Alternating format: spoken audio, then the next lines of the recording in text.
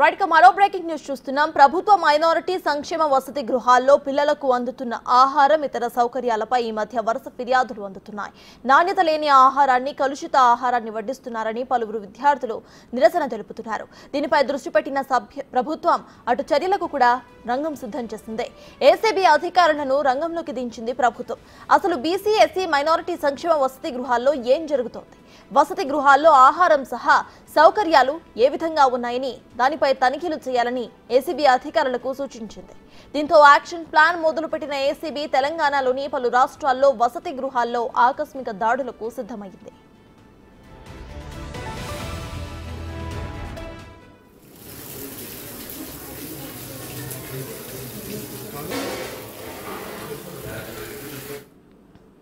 హైదరాబాద్లోని BC, SC, minority సంక్షేమ వసతి గృహాల్లో ఏసీబీ అధికారులు తనిఖీలు చేస్తున్నారు. ఉదయం 5 గంటల నుంచి ఈ సోదాలు ప్రారంభమయ్యాయి. వసతి గృహాల్లో ఆహారం సహా సౌకర్యాలు ఏ విధంగా ఉన్నాయని పరిశీలిస్తున్నారు వారు. అక్కడ సౌకర్యాలు సరిగ్గా లేవనే వార్తల నేపథ్యంలో ఆకస్మిక సోదాలు చేస్తున్నారు.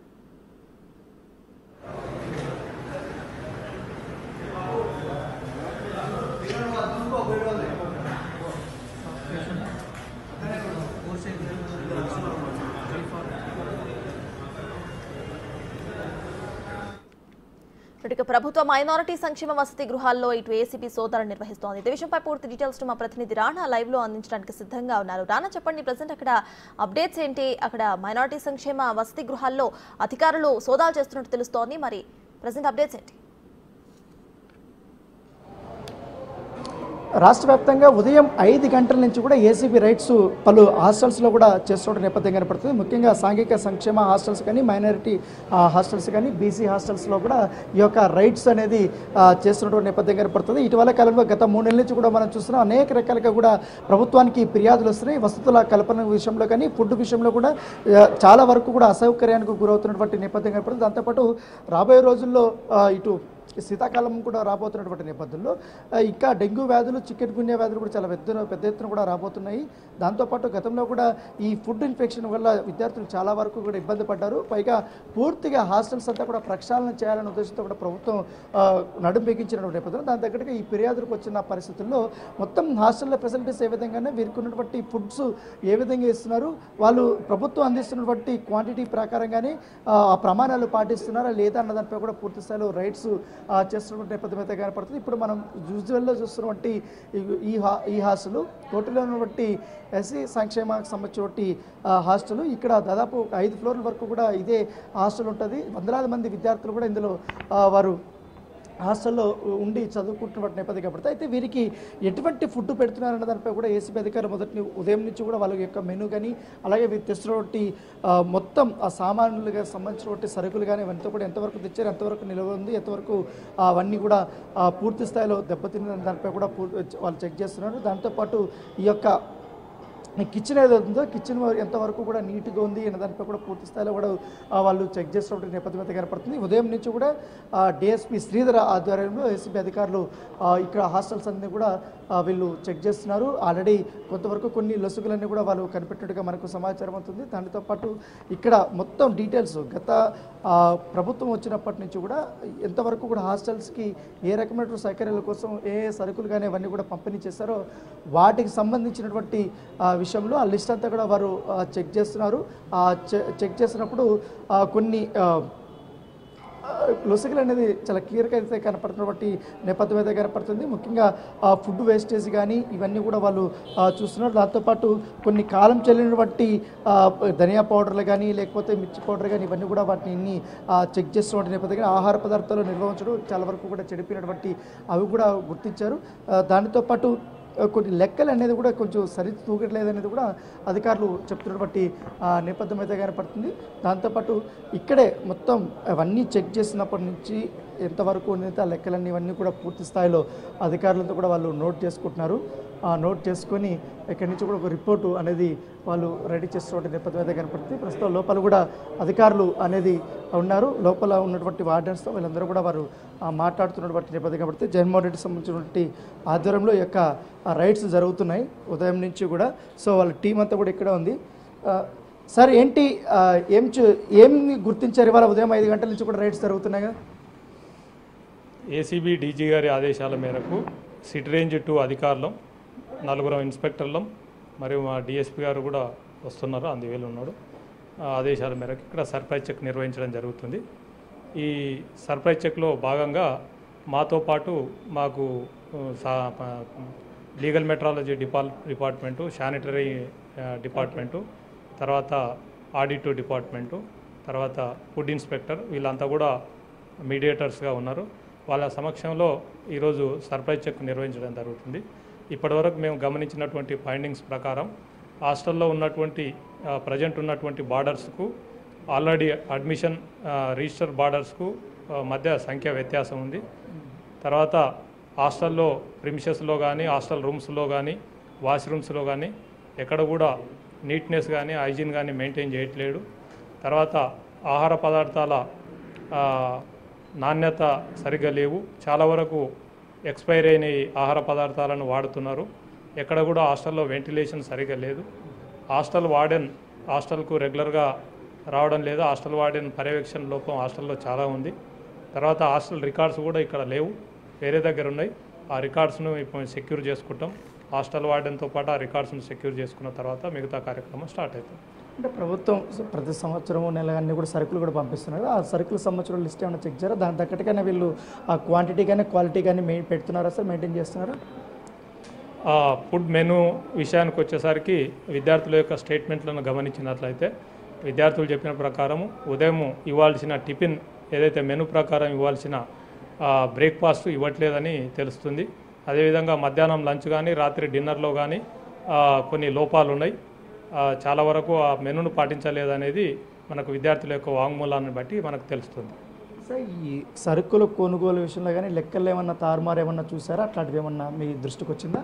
ఇప్పుడు ఆ కొనుగోళ్లకు సంబంధించి కానీ సరుకులకు సంబంధించి కానీ మిగతా విషయాలకు సంబంధించి కానీ ప్రాథమికంగా ఇప్పుడే మనం ఒక నిర్ధారణకు రాలేం.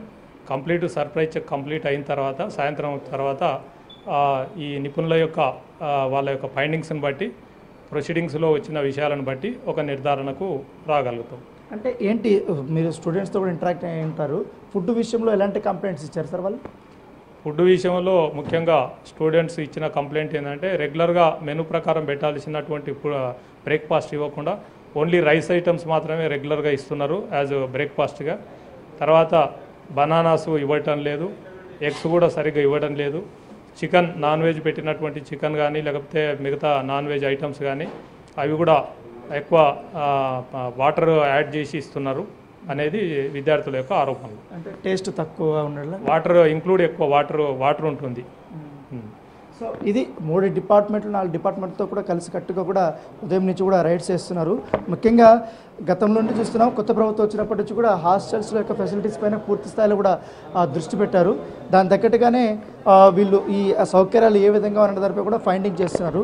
మనం ఇప్పుడు నేను కొంచెం విజువల్లో చూపిస్తాను. ఇప్పుడు నేను టాప్ ఫ్లోర్లో ఉన్నాయి, కింద వరకు కూడా ఈ అధికారులు వచ్చిన తర్వాత కొంచెం క్లీనింగ్ అవన్నీ కూడా ఏర్పాట్లు చేసుకుంటారు. కానీ లేకపోతే చాలా వరకు కూడా ఇక్కడ దుర్వాసన వస్తుంది. లోపల ఉన్నటువంటి విద్యార్థులు కూడా చాలామంది వరకు అస్వస్థత పాలవుతున్నారు. వాష్రూమ్స్ కానీ ముఖ్యంగా కిచెన్ రూమ్ దగ్గర కానీ చాలా వరకు దుర్వాసన వస్తుంది. లేకపోతే వాళ్ళు కిచెన్ వండినటువంటి ఆహార పదార్థాలు అవుతున్నాయి వెంటనే అక్కడ వేసేసేయడము, ఆ డ్రమ్స్లో వేసేయడము, అది పూర్తిగా అక్కడ ఈగలు దోమలు వాలి విద్యార్థులను కుట్టడము, తర్వాత వారు డెంగ్యూలు కానీ చికెన్ గున్యాలంటూ వచ్చి చాలా ఇబ్బందులు పడుతున్నటువంటి పరిస్థితి. విద్యార్థులకి అన్ని రకాలుగా బెడ్లు కానీ లేకపోతే ఇతర సంబంధించినటువంటి ఏవైతే ఫెసిలిటీస్ ఉన్నా ఆ ఫెసిలిటీస్ కూడా ఏ రకంగా అందిస్తున్నారు దానిపై కూడా శానిటరీ విభాగము అలాగే ఫుడ్ ఇన్ఫెక్షన్ వీళ్ళందరూ కూడా వచ్చి ఇవాళ చెక్ చేసినటువంటి నేపథ్యం కాబట్టి ముఖ్యంగా ఫుడ్ క్వాలిటీ మీద ఎక్కువగా వారు దృష్టి పెట్టినట్టుగా మనకు సమాచారం అవుతుంది. సో విద్యార్థులందరూ కూడా ఉన్నారు. సో వాళ్ళు కూడా ఒకసారి ఆ టేస్ట్ గురించి అంతా అడుగుతున్నారు. నేను తమ్ముడు ఎప్పటి నుంచి ఉన్నావు హాస్టల్స్లోను? 2 సంవత్సరాలు ఉంటున్నాను. అవునా, ఏంటి ఫెసిలిటీస్ ఎట్లున్నాయి హాస్టల్లో? ఇక్కడ ఏది కూడా బాగుంటలేదు. ఇంకా వాటర్ ఫుడ్ అన్ని ప్రాబ్లమ్సే. దీనిపైన కూడా ఎవరు స్పందిస్తలేరు. దీనిపైన కూడా అందరూ స్పందించాలని ఇది అంటే ఏంటి ఫుడ్ అంటే ఎట్లా పెడుతున్నారు?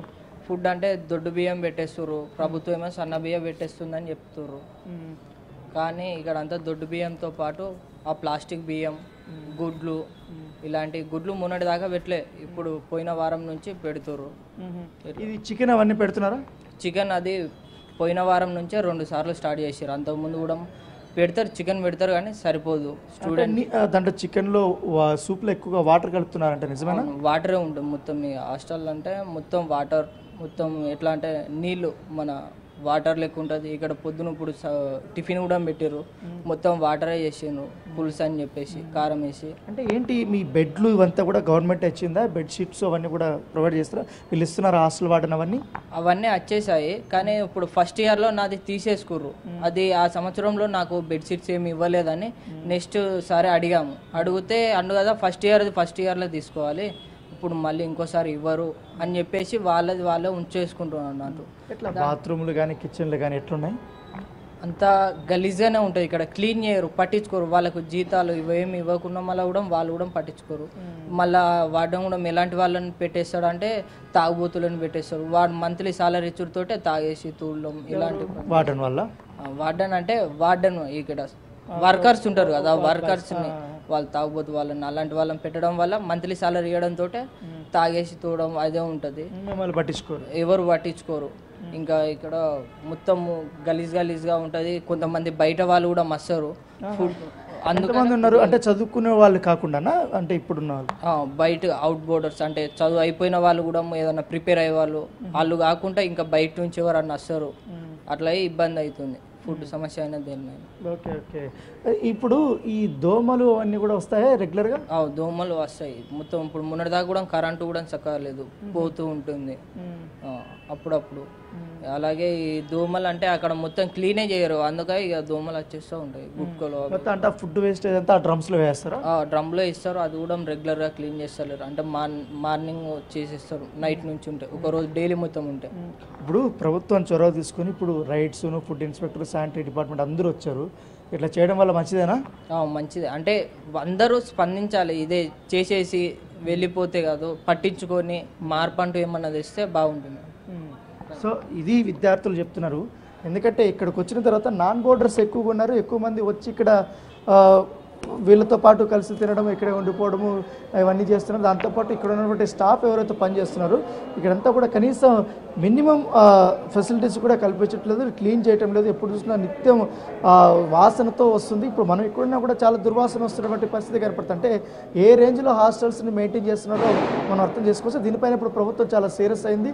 వెంటనే హాస్టల్స్ అంతా కూడా ప్రక్షాళన చేయాలి, మొత్తం వాళ్ళకి మంచి ఫెసిలిటీస్ వల్ల మంచి ఆహారం అందించాలన్న దానిపై కూడా వాళ్ళకి బలవంతమైనటువంటి ఆహారం అనేది ఇవ్వాలనే ఉద్దేశంతో కూడా అధికారులు భావిస్తారు. దాని తగ్గట్టుగా ఈ రైట్స్ అవన్నీ కూడా చేసి ఇప్పుడు పూర్తిసారి రిపోర్టు వచ్చిన తర్వాత ఎలాంటి నిర్ణయాలు తీసుకోవాలి అనే దానిపై కూడా ఒక మొత్తం వాళ్ళకు ఒక అవగాహన వచ్చే అవకాశం ఉంది. ఒకసారి మనం మెనూ కూడా బోర్డు చూస్తాం, చాలా వరకు కూడా మంచి దాదాపు 31 దాకా కూడా మెనూస్ కూడా పెట్టారు. తర్వాత ఏ రోజు ఏం పెడతామనేసి కూడా చాలా క్లియర్గా పెట్టారు. కాకపోతే దీంట్లో మెన్షన్ చేసినటువంటి ఆల్మోస్ట్ కొంతవరకు కూడా ఉండదనేసి కూడా వాళ్ళు చెప్తున్నారు.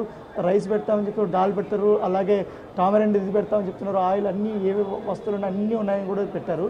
కాకపోతే అవి పెద్దగా ఏం లేదు చెప్తారు. ఇంకా సండే కానీ మండే కానీ ఏమేమి ఇస్తామని కూడా చాలా చెప్పారు. సండే అయితే bagara rice, chicken sambar, rice sambar, buttermilk అవన్నీ కూడా ఇస్తామని చెప్తున్నారు. డిన్నర్కి అయితే ఇవైతే ఇస్తామని చెప్తున్నారు. తర్వాత మార్నింగ్ టిఫిన్కి అయితే మండే అయితే జీరా రైస్, రసం ఇవన్నీ ఇస్తామని చెప్తున్నారు. తర్వాత వెజ్ కర్రీస్ ఇవన్నీ కూడా ఇస్తామని చెప్తున్నారు. కాకపోతే దీంట్లో మెనూలో ఉన్నటువంటి పరంగా ఏ రోజు కూడా మాకు సప్లై ఇవ్వలేదు, లేకపోతే మాకు ఇవ్వలేదని కూడా చెప్తున్నారు. ఇక్కడేమో చాలా క్లియర్గా చెప్తారు, weekly 2 times chicken, 2 times eggs, 3 times fruits, everyday butter milk, 1 time upma, 1 time idli అనేసి ఇక్కడ చాలా క్లియర్గా రాశారు. అది కూడా డిస్ట్రిక్ట్ కలెక్టర్ ఆదేశాలతో అనేది కూడా ఇచ్చారు. కొత్త ప్రభుత్వం వచ్చిన తర్వాత ఇవంతా కూడా ఇచ్చారు. దాంతోపాటు college hostel post matric common menu mess charges per మంత్కి వచ్చి 1500 రూపాయలు కూడా ఉంటుంది అనేది కూడా వాళ్ళు ఇచ్చారు ప్రతి హెడ్కి దాంట్లో కూడా. సో ఈ రకంగా కూడా వాళ్ళకి అందరికీ అందించాలని కూడా చెప్పారు.